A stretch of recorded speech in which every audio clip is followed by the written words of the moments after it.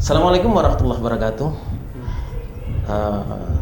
Ayah bunda yang saya cintai karena Allah, anak-anakku semuanya dari preschool, PAUD, TK, SD, SMP maupun MA, serta seluruh tenaga pendidikan yang insya Allah di Permata ini jumlahnya 220 orang, dan juga seluruh pemirsa setia TV Permata.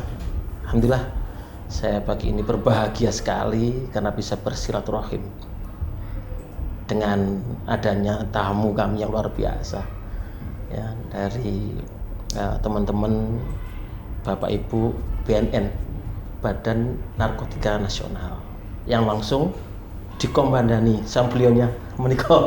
Ini adalah ibu kita AKBP Suarsi, SH MSI bersama tim yang luar biasa.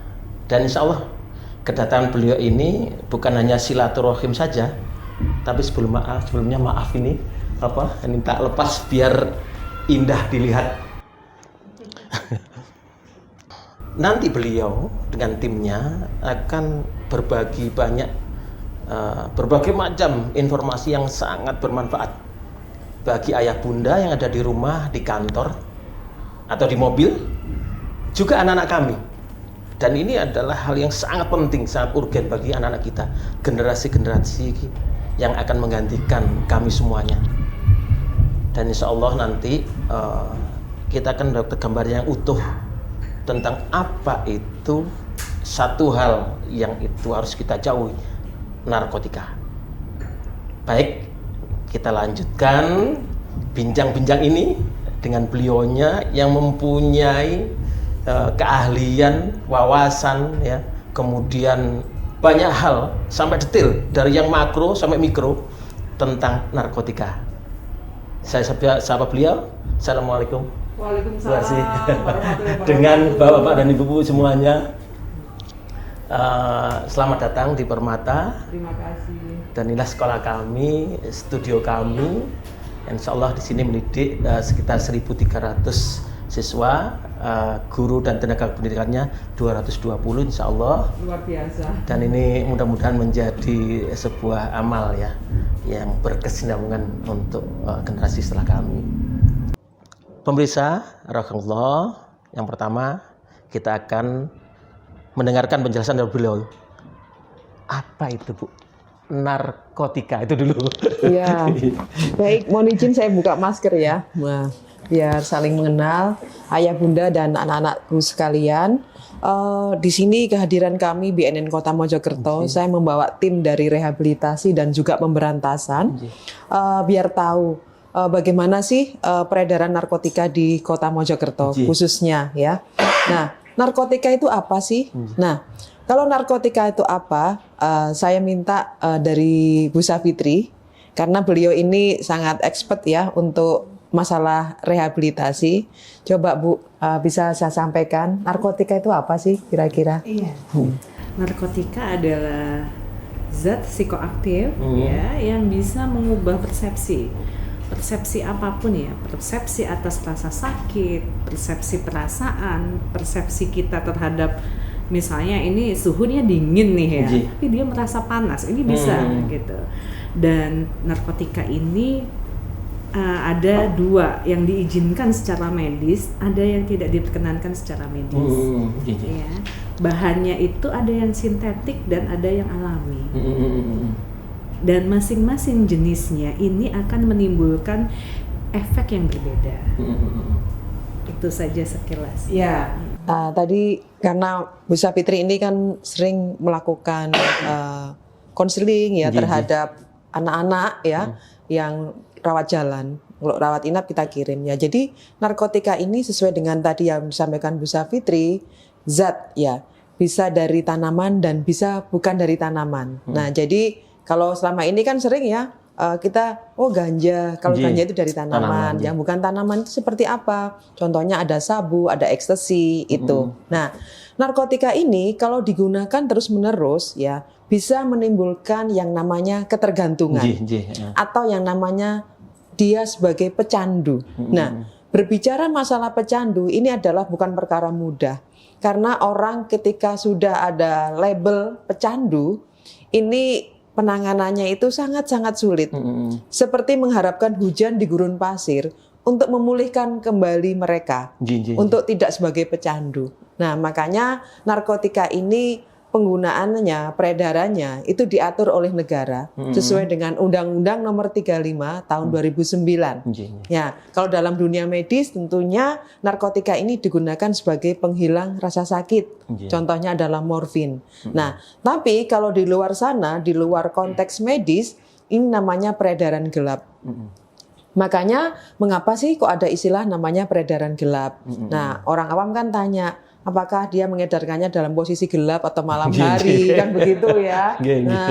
Nah, artinya di luar ketentuan yang berlaku. Karena di sini narkotika ini juga dilindungi oleh negara dalam penggunaannya. Di rumah sakit untuk kepentingan medis ini juga ada aturannya.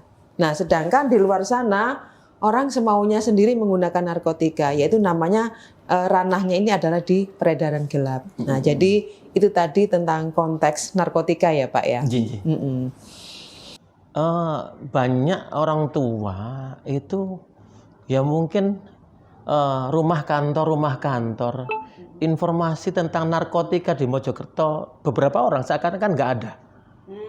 Nah, ini kami perlu informasi seberapa besar sih gitu loh peredaran narkotika di Mojokerto, kota Mojokerto ya.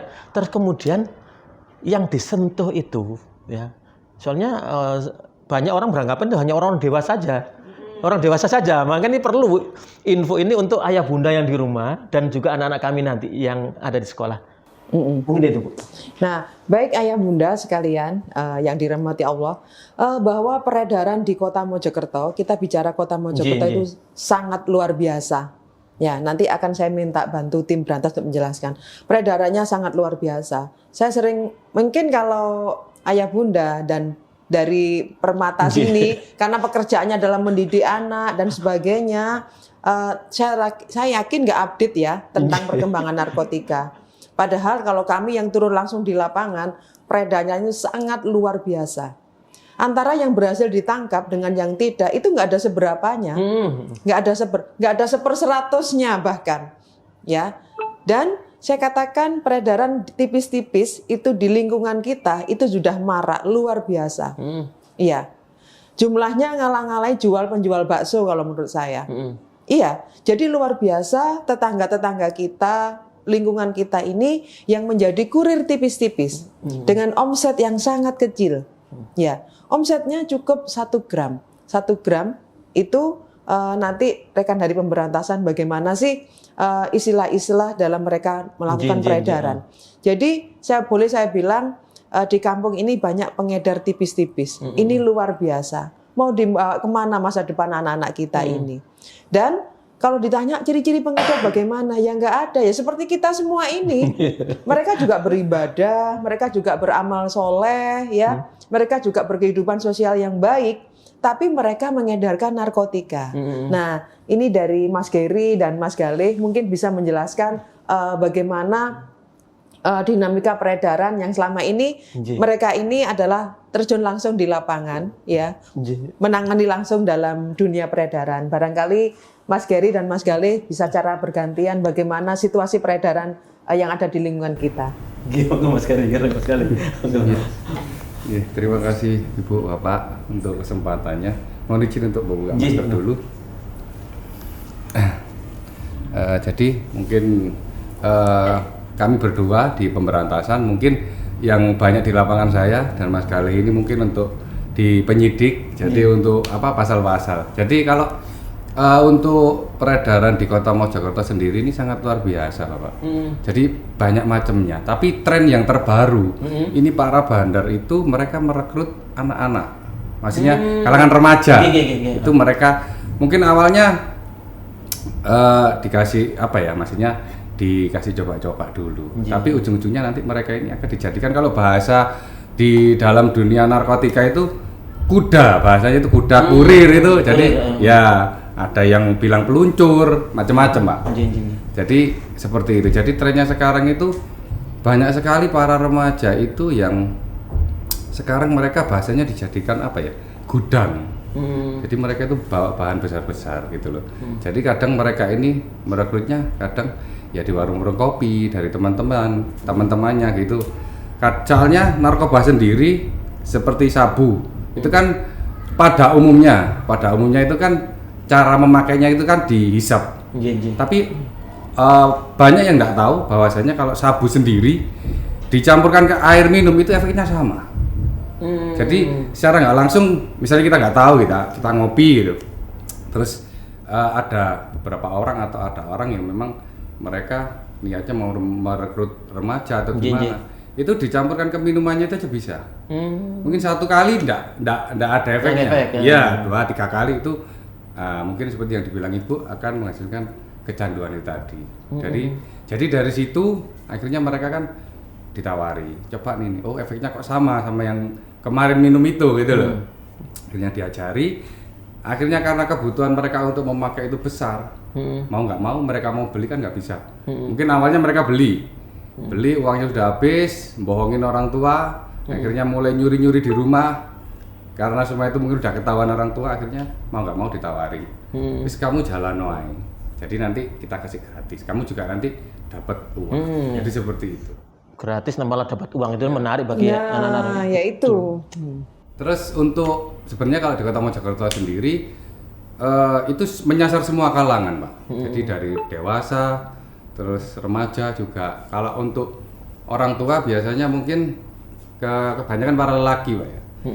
Itu mereka itu iming-imingnya itu ya, Pak ya. Iming-imingnya itu untuk kekuatan stamina. Jadi untuk diranjang lah istilahnya seperti itu. Kalau orang dewasa. Kalau anak-anak remaja biasanya itu tadi. Biasanya mereka dibocor apa ditipu itu, dibohongin. Ini bisa untuk belajar konsentrasi. Tapi memang benar. Jadi kalau orang memakai sabu itu konsentrasinya kan memang luar biasa. Jadi awalnya biasanya dari situ. Barangkali Mas Galih. Saya meneruskan sedikit ya Pak ya, terkait tadi Pak Geri kan bilang kalau Bandar ini sekarang banyak rekrut anak-anak. Nah, itu kenapa sih Bandar ngambilnya anak-anak? Karena anak-anak kan ada perlindungannya. Jadi mereka untuk penanganan pidananya itu khusus. Jadi pasti lebih cepat. Nah, hukumannya pasti lebih ringan. Nah, buat taming mereka para bandar itu seperti itu biasanya. Betul. Nah, mungkin ya buat waspada aja. Kadang mereka hanya digunakan untuk kurir. Jadi untuk dimanfaatkan, tolong antarkan ini gitu. Ya, betul. Kadang gitu, itu yang perlu diwaspadai sama anak-anak kadang. Jadi pergaulan juga harus dibatasi. Seperti itu. Kalau bicara masalah pidana di undang-undang narkotika ini nggak ada yang benar. Selama orang itu mengenal, itu nggak ada yang benar. Tahu aja udah salah. Apalagi mencoba untuk menjual, itu udah pasti masuk undang-undang dan dihukum. Ayah bunda, ya saya cintai karena Allah.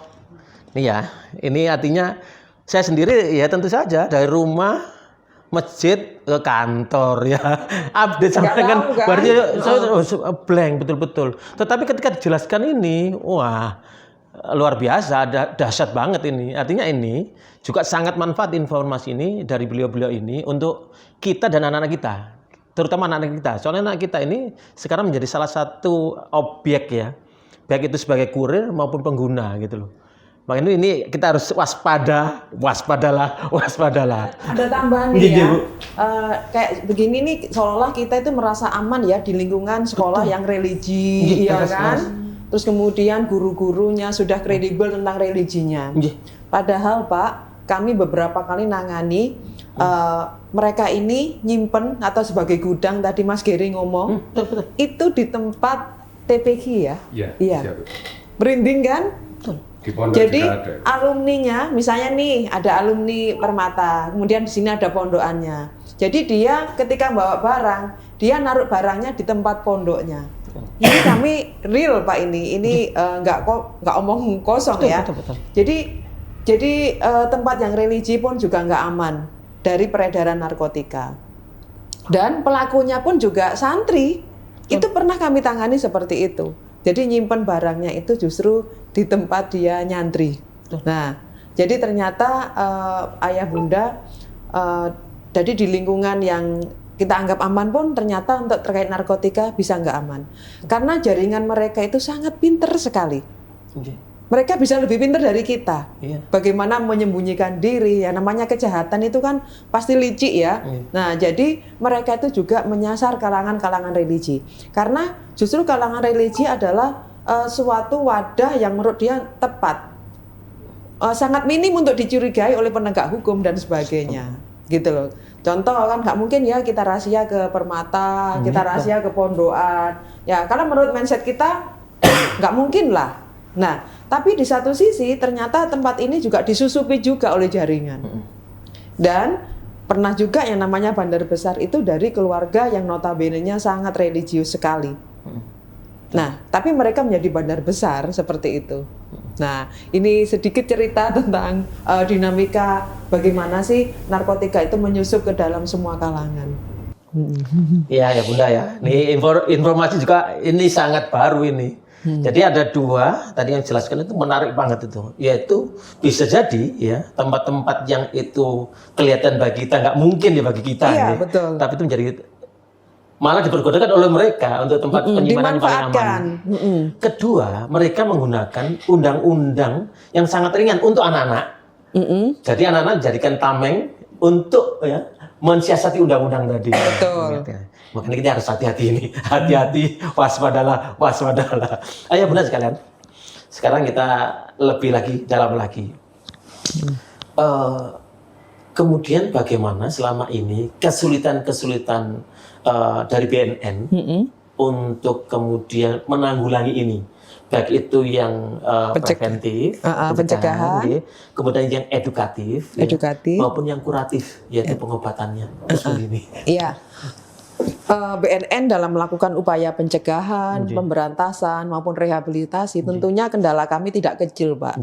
Tentunya kendala kami sangat besar. Contoh di bidang pencegahan, kami kan harus door to door menjalin kerjasama dengan semua instansi baik pemerintah maupun swasta. Nah, kendala kami belum tentu institusi itu welcome. Belum tentu welcome. Oh, tidak semua welcome. Iya, belum tentu. Iya, belum tentu welcome. Kaget juga ulun, saya kaget juga itu. Iya, belum tentu welcome. Karena apa? Beliau-beliau atau mereka ini takut kerepotan. Takut kerepotan. Padahal sebetulnya kalau mindset kami kerjasama dari BNN dengan instansi atau lembaga, itu benar-benar kita kan non-profit ya Pak ya. Pastinya kerjasama kami juga tidak akan ngerepoti yang bersifat finansial. Padahal sebetulnya kerjasama kami itu sangat simpel. Berilah kami ruang untuk menyampaikan, untuk mensosialisasikan tentang bahaya narkotika itu. Tapi kadang belum tentu welcome. Jadi yang pertama takut kerepotan secara finansial. Padahal kami diundang itu tidak dibayar loh Pak, nggak masalah ya. Terus kemudian yang kedua, mereka menganggap bahwa edukasi tentang bahaya narkotika itu nggak penting. Toh saya dari keluarga yang aman. Anak saya sudah sekolahnya di tempat yang religius. Ya nggak mungkin. Jadi untuk apa? Ya. Nah ini pengabaian seperti ini terakumulasi. Akhirnya bisa menjadi kendala kami dalam hal kerjasama. Karena apa? BNN itu memang tugasnya ya dalam hal pencegahan harus menggandeng Pak dengan semua elemen. Semua elemen yang masyarakat itu harus kita gandeng. Nah, itu kendala kami di pencegahan. Terus kemudian tentang rehabilitasi, nanti yang bagiannya Bu Safitri, di rehabilitasi ini ada keengganan masyarakat itu untuk melaporkan dirinya atau keluarganya yang menyalahgunakan narkotika. Ya, mungkin Bu Safitri bisa menjelaskan terkait dengan kendala-kendala ketika melakukan upaya-upaya rehabilitasi. Iya, terima kasih. Ya, kalau kendala ini seperti bagian dari rehabilitasi ya. Jadi memang kita sudah kenyang. Jadi yang namanya rehab itu kendalanya berat karena yang kita hadapi adalah orang yang terpengaruh secara zat. Jadi zat psikoaktif atau narkotika adalah satu-satunya zat yang bisa diserap oleh otak. Oleh sebab itu akan mengubah struktur dan fungsi otak. Kita kan kalau kita hidup itu dengan akal sehat ya, melainkan mereka tidak. Nah ini tantangannya adalah memulihkan. Jadi dalam rehabilitasi tidak bisa diobati, tidak bisa ada kesembuhan, melainkan pemulihan. Jadi kenapa sih pemulihan? Karena sifatnya kambuhan. Adiksi itu sama dengan penyakit kambuhan lainnya seperti diabetes, hipertensi, ya. Diabetes, hipertensi ini kan kalau kita tidak mengubah pola hidup, gaya hidup, tidak bisa mengelola stres, akan kambuh lagi ya. Tidak ada obatnya kalau habis minum. Misalnya diabetes 1 kali minum udah sembuh selamanya, tidak bisa. Tetap harus ada perubahan pola hidup. Maka sama dengan adiksi. Jadi adiksi itu pemulihan di mana seorang penyalahguna harus mengubah pola hidupnya. Ya. Tantangannya ini adalah berkaitan dengan kesehatan mental, karakter yang memang tidak mudah kita bisa mengubah dalam 8 kali konseling. Ini apalagi mereka tidak menyadari bahwa mereka ini terganggu. Betul. Jadi mereka nggak sadar kalau loh saya baik-baik aja, saya masih ngobrol, masih nyambung, saya waras gitu, saya nggak ada masalah. Yang masalah BNN aja, ngapain ikut-ikut di sini. Jadi sering seperti itu. Iya, tapi kita menganggap ya itu wajar karena memang itu adalah orang dalam pengaruh narkotika. Jadi pengaruh itu tidak hanya pada saat dia menggunakan, melainkan setelahnya. Ini. Nah, untuk kami sendiri dalam rehabilitasi, kebetulan kami adalah rawat jalan, yang kami bisa atasi hanya mereka yang coba pakai, pemakaiannya situasional. Situasional itu memakai karena merasa sedih, merasa depresi, betul. Atau misalnya saya kalau kerja mau doping, mau biar lebih lama kerja lebih kuat, itu bisa rekreasional. Tapi untuk yang intensif atau kecanduan kami tidak bisa menangani karena tidak efektif lagi. Jadi dibutuhkan rawat inap. Ya tadi kalau terkait dengan agama tadi ya, ini juga banyak yang dengan basic klien yang saya temui ini memang dengan basic sekolah pendidikan berbasis agama juga. Bahkan saya pernah 2 kali itu ternyata ini ustadz. Nah, mungkin tantangannya nih ya berikut nih, mungkin untuk para ulama mungkin digali lagi ya.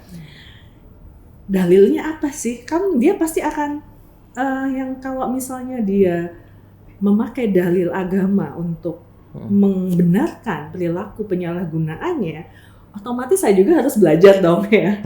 Saya harus, dia ngomong dalil nih, waduh. Maka saya bilang, ini kan sudah zalim sama diri sendiri, sudah sadar atau tidak. Dan tanpa disadari klien pada saat sudah melakukan kezaliman pada diri sendiri, sebenarnya dia juga akan melakukan kezaliman pada yang lain. Contohnya di saat dia sudah memakai narkotika dalam jumlah yang besar, maka akan ada sumber daya finansial yang terpakai di sini. Betul. Dan tidak sedikit keluarga-keluarga yang akhirnya terabaikan secara finansial. Ya, kita sering sekali menemui keluarga klien yang nangis-nangis datang karena istri tidak boleh mencari nafkah. Sedangkan suami sudah tidak mau lagi mencari nafkah karena sudah kecanduan. Orang kecanduan itu tidak bisa kita bilang niat dong, kamu harus sholat, nggak bisa. Ini udah nggak bisa diapa-apain. Ya. Logikanya beda dengan kita. Sudah beda dengan kita, ya. Jadi kita harus juga melakukan keluarga. Mungkin kalau ayah bunda punya teman atau kenalan, kita nggak bisa memberlakukan dia seperti kita berpikir, ya. Betul. Nah, kemudian istri ini juga punya anak 3 masih kecil-kecil. Suami melarang keras untuk bekerja. Terus siapa yang mencari nafkah? Sabu terutama, masalah terbesar dalam Mojokerto itu sabu. Sabu itu stimulan. Stimulan itu menstimulasi semuanya, membuat kita lebih mudah curiga, lebih mudah tersinggung, emosi, dan agresif. Jadi pada saat seseorang sudah kecanduan akan terbukalah pintu kekerasan dalam rumah tangga. Ini istri dipukulin, anak 3 usianya 5, 3-1 tahun juga mendapatkan kekerasan dari ayahnya sendiri. Pada saat itu saya sudah bilang, sudah kalau begitu keluar dari rumah ini sudah tidak bisa dibenarkan.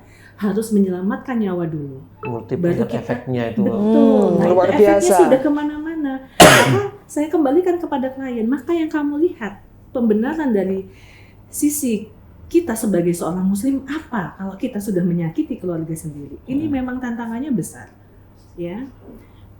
Yang barusan juga kita hadapi adalah suami yang menjual istri demi bisa nyabu lancar, ekonomi lancar. Nah ini yang diceritakan oleh Mbak Savitri ini cikal bakal dari seseorang kecanduan narkotika. Dampaknya itu luar biasa, berefek domino.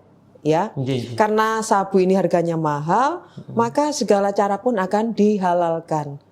Dan ini sampai suami, maksudnya tega juga menjual istrinya, ya, demi sama-sama lancar menggunakan sabu, ya. Dan kalau kita runtut, kalau orang sudah kecanduan narkotika, logika akal sehatnya sudah nggak bisa. Nggak nyambung, iya. Ya nggak nyambung. Logikanya istri loh ya. Kok teganya sampai dijual dan sebagainya.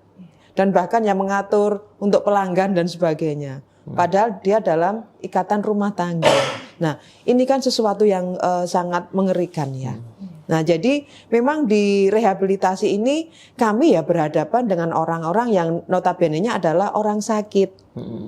Fisiknya sehat, ya, masih kelihatan bugar, tapi otak dan hatinya inilah yang sakit. Nah, jadi ya memang kami harus, petugas BNN ini harus menjadi sosok-sosok yang tabah. Karena berbicara dengan pecandu bukan hanya ojo nggawe, itu salah, nggak bisa dengan kalimat itu tuh nggak bisa. Tapi melalui suatu mekanisme, melalui suatu treatment dan sebagainya. Dan berbicara mengenai rehabilitasi, yang direhabilitasi ini bukan hanya si pecandu, tapi termasuk keluarganya, terutama adalah keluarga inti. Entah itu istrinya, anaknya, atau mungkin ayah, ibunya, kakak, adiknya. Karena apapun kita ini berangkatnya adalah dari rumah. Kita menjadi apa, menjadi siapa, itu berangkatnya kan dari rumah ya Pak ya. Betul. Gimana? Yang ngeri-ngeri banget Bu. Iya.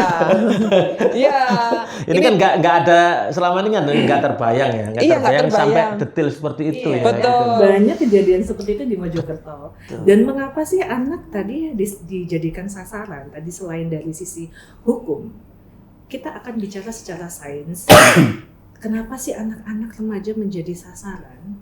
Usia 5-25 tahun ini adalah usia perkembangan otak.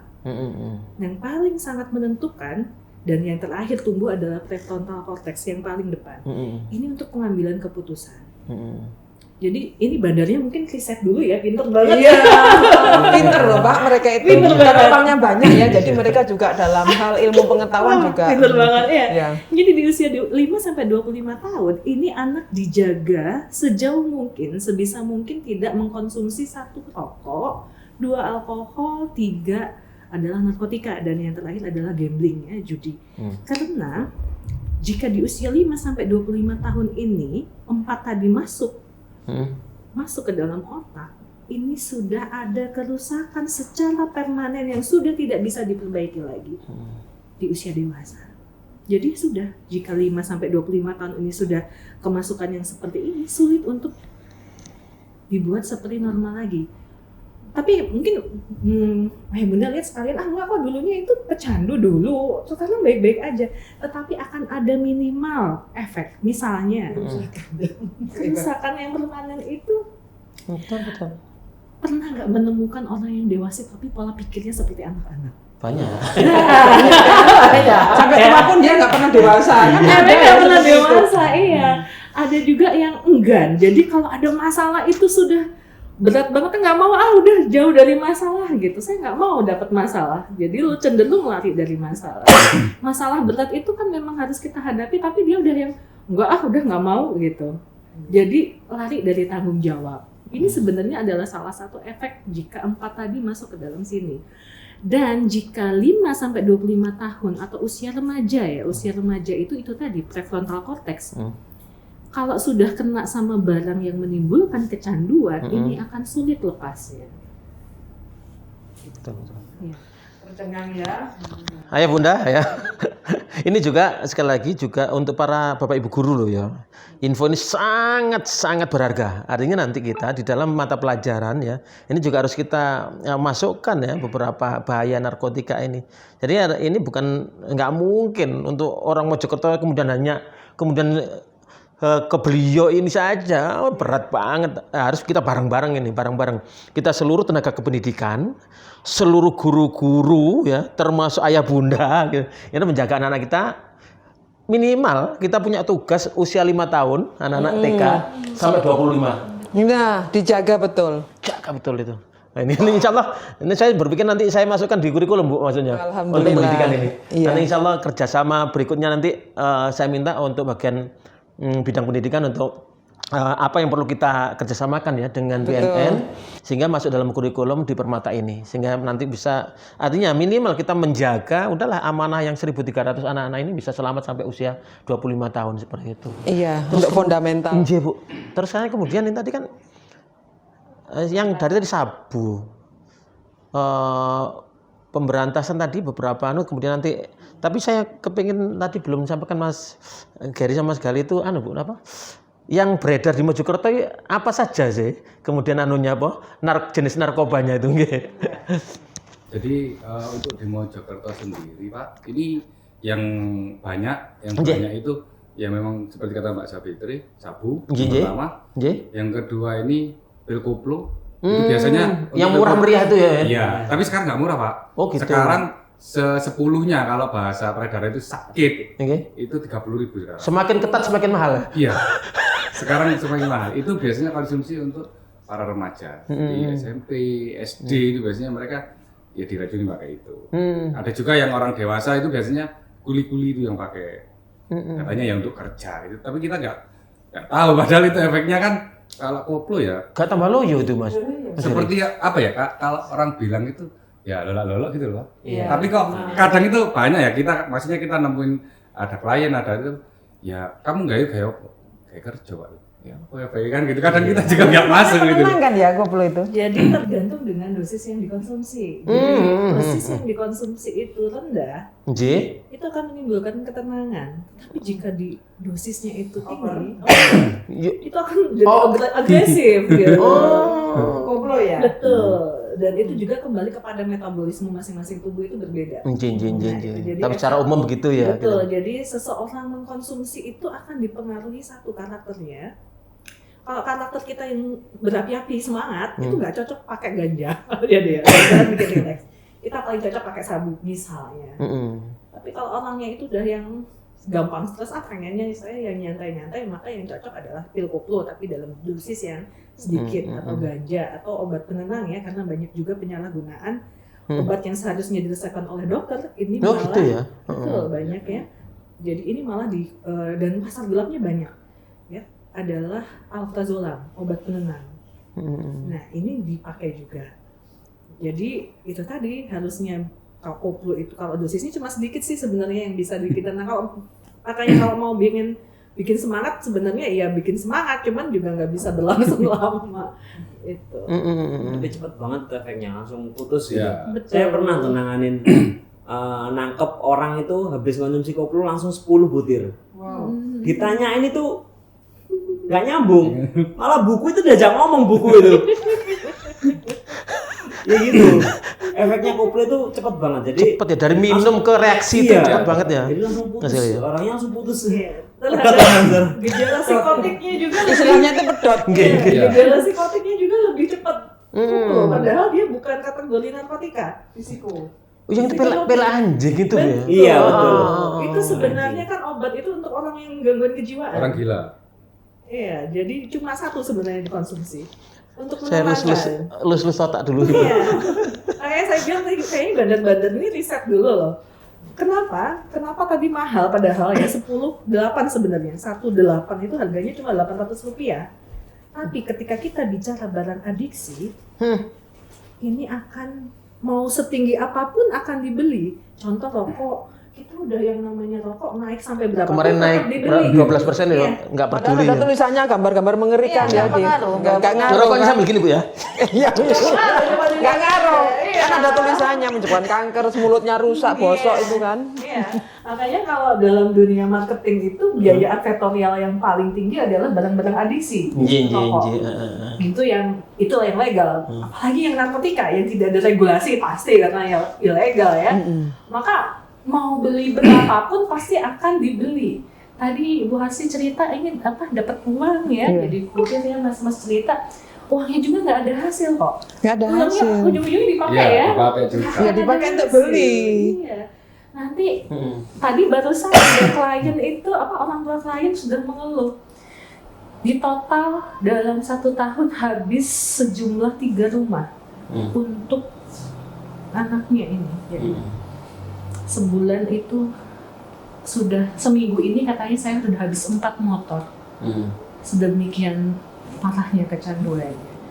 Jadi kalau ngomongin candu itu memang berat banget Pak. Ya, karena ya itu namanya candu itu apapun akan dilakukan.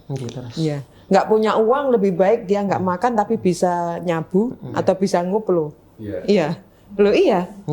Logikanya itu mereka itu begini, kuli, saya pakai sabu itu untuk bekerja. Nah, logikanya di mana? Harga sabu dengan dia hasil pekerjaannya itu nggak matching. 3 hari sekali nyabu. Tadi saya pernah ada kasus sehari 80.000 penghasilan sebagai kuli. Dia nyabu 3 hari sekali, 200.000 untuk nyabu, 40.000 untuk makan. Ya, pernah kan ya? Ini cerdas ini.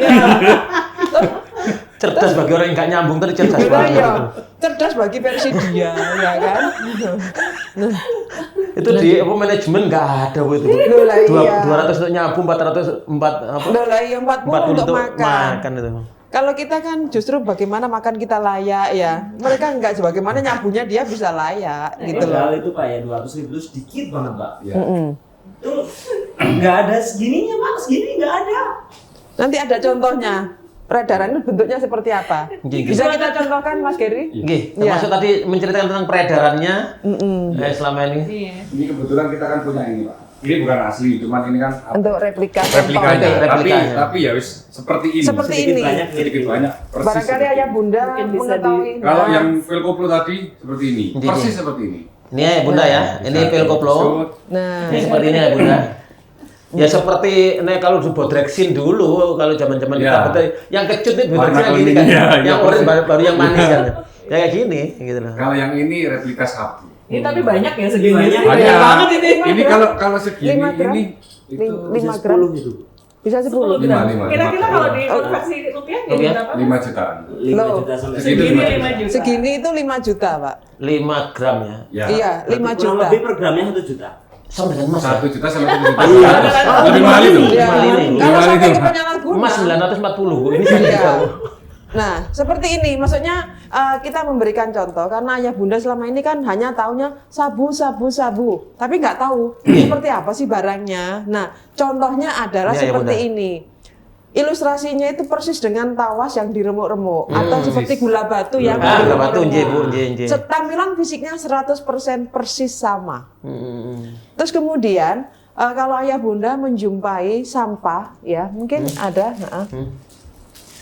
Nah, ini sedotan dipotong miring. Nah, ini barangkali di lingkungan. Ini di rumah saya kok anak saya ada sampah sedotan dipotong miring ya.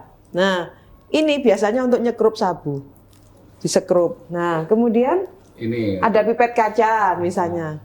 Ya, kemudian ada korek api. Misalnya anakku ini nggak ngerokok tapi kok korek apinya banyak atau mungkin suami saya ini loh kok korek apinya banyak, terutama adalah yang dirusak seperti ini. Kemudian saya minta contoh sebentar. Kalau meranjau itu peredaran, mengedarkan. Biasanya mereka itu nggak saling ketemu. Ya, istilahnya itu diranjau, Pak ya. Jadi ditaruh di suatu tempat. Jadi antara penjual dan pembeli itu memang tidak saling kenal. Nah, biasanya mereka ditaruh, kemudian ada yang menghubungi barangnya berada di mana. Biasanya taruhnya seperti ini. Nah, di plastik klip seperti inilah. Ini kan tidak bisa dilihat dengan mata, Pak. Kalau harus pakai kacamata, sedikit banget. Kira-kira berapa ya Mas Galih segini harganya? Kalau bahasa peredaran itu hasteng. Itu harganya 600 sampai 750. Ya, ini tadi belum dapat nih 3 hari ya. Iya. Oh ada Pak, itu biasanya pahe. Pahe itu 200.000. 200.000 ada. Banyak Pak. Apa ya istilahnya? Ya banyak. Ada nggak yang itu botol aqua dilubangin 2? Nah, Gila ya. Ini ada caranya pahit, sederhana. bukan hanya Ini Kentucky aja itu. Botol minuman ini dilubangin dua misalnya. Nah, jadi kalau kecuali berada di tempat korah-korahan itu memang bukan untuk nyabu. Biasanya untuk cuci piring. Ya. Nah, ini botol air mineral dilubangin dua, lalu ini dimasukkan. Ya. Lalu pipet kaca ditaruh di sini ya. Nah, kemudian nanti dihisap dengan mulut. Ya, bukan dengan hidung, dengan mulut. Jadi terkesan seperti main-main ya. Iya. Nah, misalnya ayah bunda ditawarin, Pak sini Pak, biar fit. Ya, ini loh Pak dulinan, ini loh main-mainan, seperti main-main. Orang kalau nggak ngerti ya mau aja. Ya, orang kalau nggak ngerti ya mau aja, dikiranya ya main-main, gitu loh. Saya yakin ayah bunda banyak yang nggak tahu pastinya. Ya, banyak yang nggak tahu. Nah ini, jadi ini menjadi suatu kerawanan. Ya, saya pernah dengan Ibu Wali Kota itu ketika acara kegiatan PSN mendampingi beliau. Kalau beliau dan tim itu kan lihat sarang nyamuk dan sebagainya. Kalau saya dari BNN lihat sampah, Pak. Ya, ternyata pernah ada, Pak. Sampah rumah tangga itu ternyata sampah sabu. Tapi akhirnya warga Kota Mojokerto ini pinter yang nyabu. Habis nyabu dia dibakar. Kalau di wilayah kabupaten masih banyak berserakan sampah sabunya. Karena udah tahu ada BNN, paham betul akan sampah sabu. Gitu loh. Tapi jangan salah loh ya, masih ada DLH yang kami sering kerjasama dengan mereka. Rumahnya siapa yang sering ada sampah sabunya. Nah, kayak gitu. Jika ini mungkin Bu, kendala kalau dari kami sendiri, kadang itu pihak keluarga itu menutupi. Mereka tahu tapi menutupi. Jadi kita juga kurang tahu apa mungkin dari SDM-nya mereka atau gimana. Teman banyak yang kadang malah menutupi. Kadang kita cari juga menutupi. Kadang pokoknya intinya keluarganya menutupi. Banyak yang seperti itu. Betul. Nah jadi kadang-kadang dalam keluarga pengedar ini sebetulnya saling tahu. Kalau kami boleh masukkan penjara, penjaranya sudah nggak muat. Sebetulnya istri terlibat, anak terlibat ya Mas Galih ya.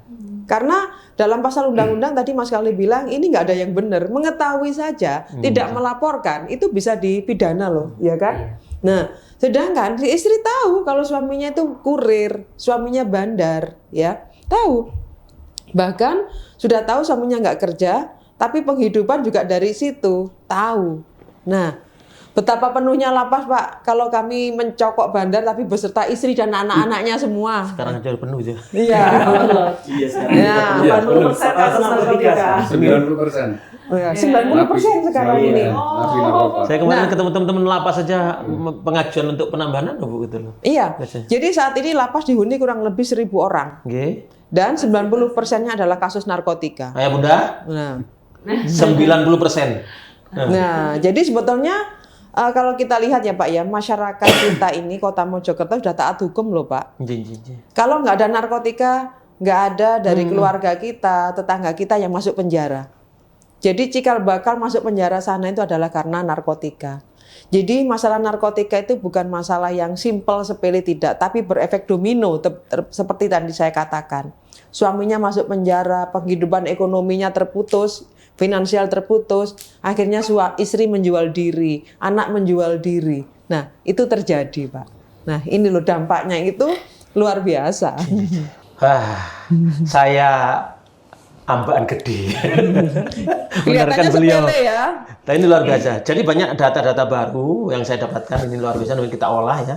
Misalkan tadi 1.000 orang, 90% itu narkoba, ya. Kemudian tadi dari yang harganya sangat murah ya, kemudian cepat, kemudian reaksinya ya. Dan tadi jelaskan juga nanti efek hukumnya. Ini sebagai pernyataan terakhir. Iya. Ini juga perlu tahu semuanya, baik tenaga kependidikan, ayah bunda dan semuanya yang nanti itu mendengarkan tentang acara ini, yaitu konsekuensi hukum. Baik itu yang rehabilitasi, yang nanti dipidana atau apapun, ini kami juga perlu dijelaskan supaya nanti seluruhnya kita tahu apa konsekuensinya. Monggo. Nah, tadi Mas Galih sudah menjelaskan. Karena Mas Galih ini adalah penyidik, tahu betul, sudah hafal betul terkait dengan konsekuensi hukum. Jadi tadi Mas Galih bilang mengetahui saja itu dipidana. Nah, barangkali Mas Galih bisa menjelaskan tentang sekilas bagaimana sih siapa saja sih yang bisa terjerat dengan pidana terkait dengan undang-undang narkotika? Ya, jadi terima kasih Bu. Tadi saya sudah sedikit bicara mengenai efek pidananya terkait mengetahui aja udah salah, apalagi make atau mengedarkan. Nah, hukuman minimal yang diterapkan karena ini undang-undang narkotika lex spesialis khusus. Jadi ada hukuman minimalnya. Minimal itu 4 tahun, maksimalnya bisa seumur hidup ataupun hukuman mati. Nah, namun sekarang pemerintah itu ada edaran lagi terkait penyalahguna. Jadi sekarang kan karena 90% penghuni lapas adalah pidana narkotika, untuk mengurangi banyaknya itu adalah melalui TAT, tim asesmen terpadu. Jadi untuk para pecandu yang tertangkap agar bisa meringankan hukumannya. Jadi tidak dihukum secara pidana penjara, dia bisa melakukan rehabilitasi. Nah, tapi ada prosesnya di dalamnya, ada proses-prosesnya. Untuk mengurangi kapasitas lapas yang terlalu overload itu, dan juga ya efek lain itu dari banyaknya penyalahguna yang dihukum penjara itu lulus bukannya sadar, malah semakin jadi. Makin ahli ya? Iya. Ada yang awalnya penyalahguna, lulus dia jadi pengedar. Pengedar masuk, dia lulus jadi bandar. Bandar masuk, dia bisa jadi produsen. Dia memproduksi. Ada yang seperti itu. Makanya sekarang pemerintah lagi gencar terkait masalah TAT untuk penyalahguna. Jadi supaya tidak semakin jadi gitu, Pak. Kalau untuk pelajar Mas Gali, terus berhenti. Kalau untuk pelajar penanganannya pada umumnya sama, penerapannya sama pasal undang narkotika. Cuman di sini karena anak-anak, jadi prosesnya lebih cepat dan kadang didampingi dari Bapas.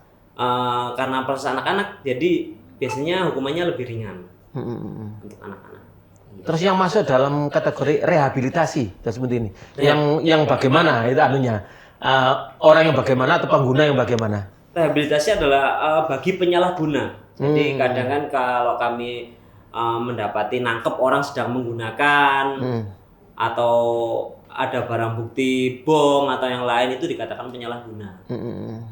Penyalahguna kan ada banyak seperti Bu Safi tadi bilang, rekreasional, ada yang coba pakai, dan nanti ada tim yang mendalami terkait itu. Ayah Bunda, luar biasa ya info yang kita dapatkan pada hari ini. Ya, dan ini menurut saya penting banget ini, dan saya nanti mudah-mudahan nanti kami juga pihak Permata menindaklanjuti Bu, barangkali nanti apa yang bisa kami bantu untuk BNN ya, untuk sebagai syiar ya, promotor ya, promosi untuk anti narkoba ini, apa yang perlu kita kerjasamakan nanti, insya Allah kami rancang, kami nanti utus nanti bidang pendidikan untuk ngerancang, mungkin nanti ke panjenengan, atau nanti bisa jadi anak-anak udah pernah Bu Ima, anak-anak kita ke BNN? Belum ya? Belum. Nah, insya Allah kita agendakan juga anak-anak juga nanti bisa nanti ke sana belajar mengetahui tentang itu. Kemudian nanti ada juga duta narkotika ya gitu loh. Itu kelihatan insya Allah menarik banget itu, itu. Ya Bunda sekalian, sudah cukup nggih. Nanti insya Allah kalau belum cukup kita akan undang lagi beliau-beliau ini untuk yang update terbaru Mojokerto.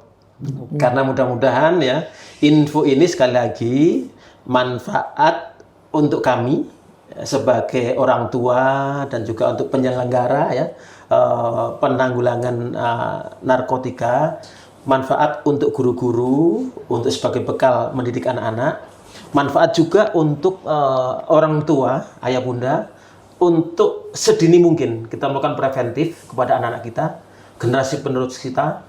Apalagi kalau kita tadi gambaran beliau ngeri banget ya, dari mulai yang hanya ketawa-ketawa saja, tapi lebih ngeri tadi itu 5-25 tahun kita jaga. Betul. Generasi kita jangan sampai masuk di dalam sebuah lingkungan yang ada narkotikanya.